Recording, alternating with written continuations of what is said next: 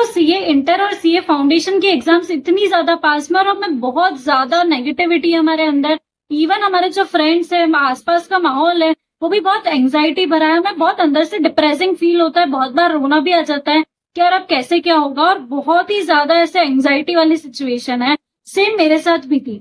But आज की video आपको एक पॉजिटिविटी की रे दिखाने के लिए कि इस अटेम्प्ट में एक्चुअल में कितना ज्यादा ये हिस्टोरिक अटेम्प्ट है, गोल्डन अटेम्प्ट इसे क्यों बोला गया है, क्यों आपके सबसे ज्यादा चांसेस है इस अटेम्प्ट में क्लियर करने के।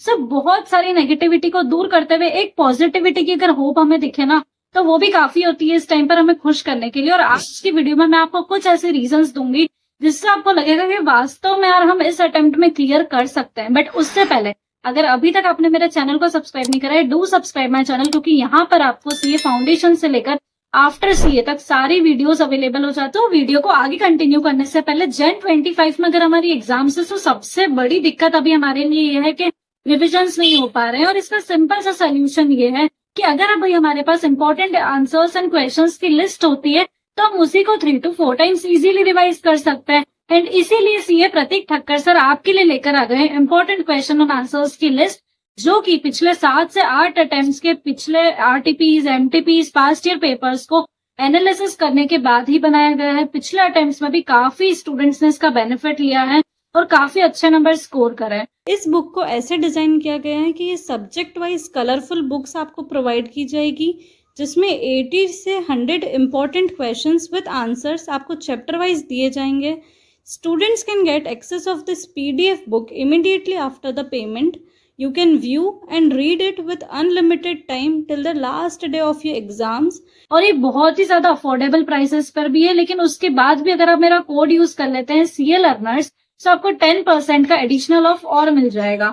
इससे रिलेटेड अगर आपको किसी भी तरह की कोई भी क्वेरी है, तो आप सीए प्रतीक ठक्कर सर से इस नंबर पर डायरेक्टली कॉन्टेक्ट कर सकते हैं और कोई भी अपना सवाल जो है वो उनसे पूछ सकते हैं। सो लिंक जो है वो मैंने डिस्क्रिप्शन बॉक्स में दे दी है, सो उसको चेकआउट करना जरूर ना भूलें।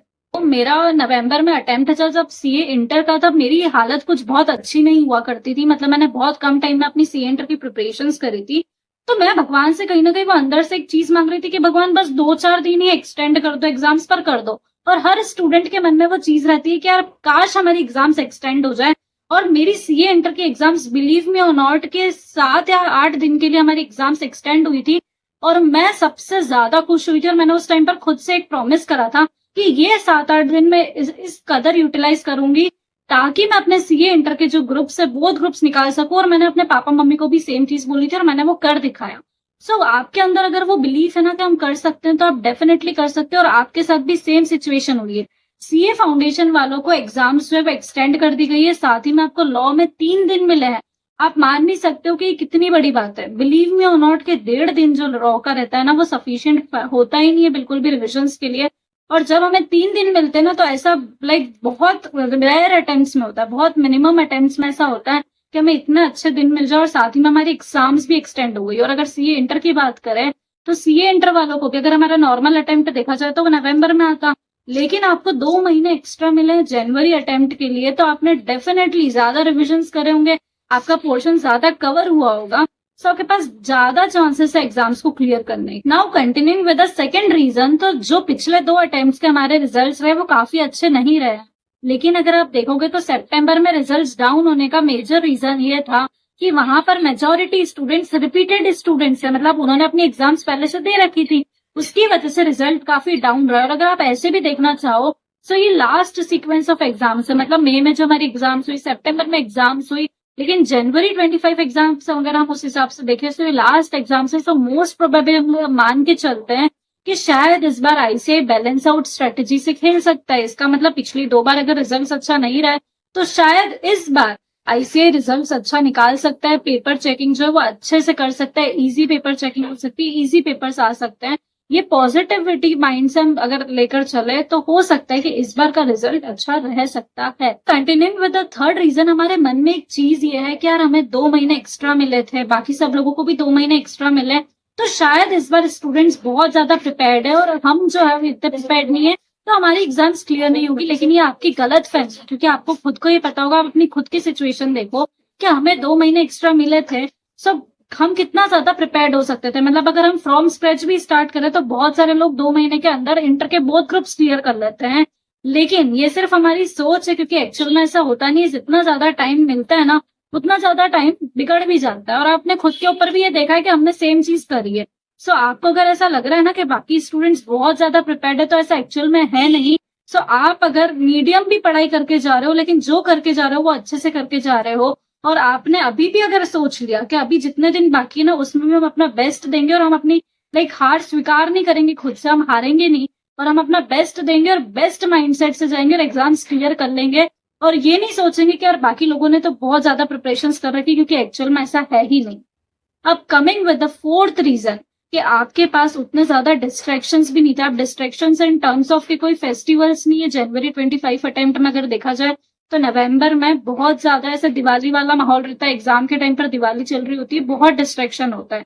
इवन मई में भी होली वाला टाइम रहता है, बहुत गर्मी का टाइम रहता है, पढ़ाई होती नहीं है। ठंड तो बेस्ट सीजन रहती है पढ़ने के लिए। And distractions in the terms of ICI ने भी आपको डिस्ट्रैक्ट नहीं करा है। हुआ क्या था कि जब मेरा May 24 में मैंने एग्जाम्स दी थी फाइनल की, तो उस टाइम पर एग्जाम्स पोस्टपोन हो जाएगी इलेक्शन की वजह से, ये हो जाएगा, तो उसके अनाउंसमेंट के चक्कर में लोगों ने अपनी पढ़ाई एक्चुअल में बहुत ज्यादा वेस्ट करी थी। क्योंकि सभी को लग रहा था अंदर से कि यार एग्जाम्स तो पोस्टपोन होने वाली है, बट हुई नहीं। तो वो बहुत बड़ा एक डिस्ट्रैक्शन का कारण बन गया था। लेकिन इस अटेम्प्ट में ऐसा कुछ भी नहीं हुआ है, जो कि कुछ अटेम्प्ट्स में हो जाता है। सो ये काफी ऐसा शांति प्रिय एकदम अटेम्प्ट है।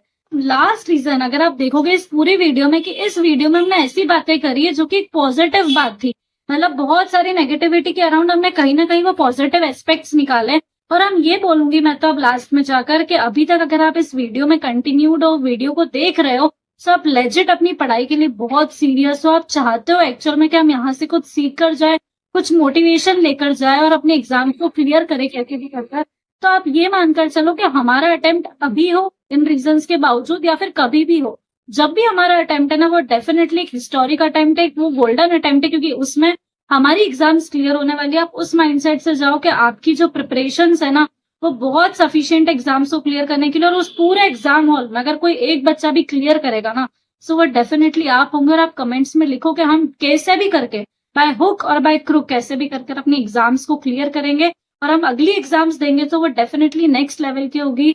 हम ये पूरी कोशिश करेंगे कि हमारा एक अटेम्प्ट जो है वो और ना लगे, और ये अटेम्प्ट हमारा आखिरी अटेम्प्ट हो। सो डेफिनेटली कमेंट्स में ये लिखना मत भूलना, और बताना साथ में कि आपका ड्रीम स्कोर क्या है, आप क्या चाहते हो, आप कितना स्कोर करना चाहते हो, या फिर आपका एम सिर्फ पास करने का एग्जाम्स को। सो डेफिनेटली कमेंट्स में जरूर बताना। और आज की वीडियो अगर आपको पसंद आई हो, सो वीडियो को लाइक करना ना भूले, चैनल को सब्सक्राइब करना ना भूले। So thank you so much for watching.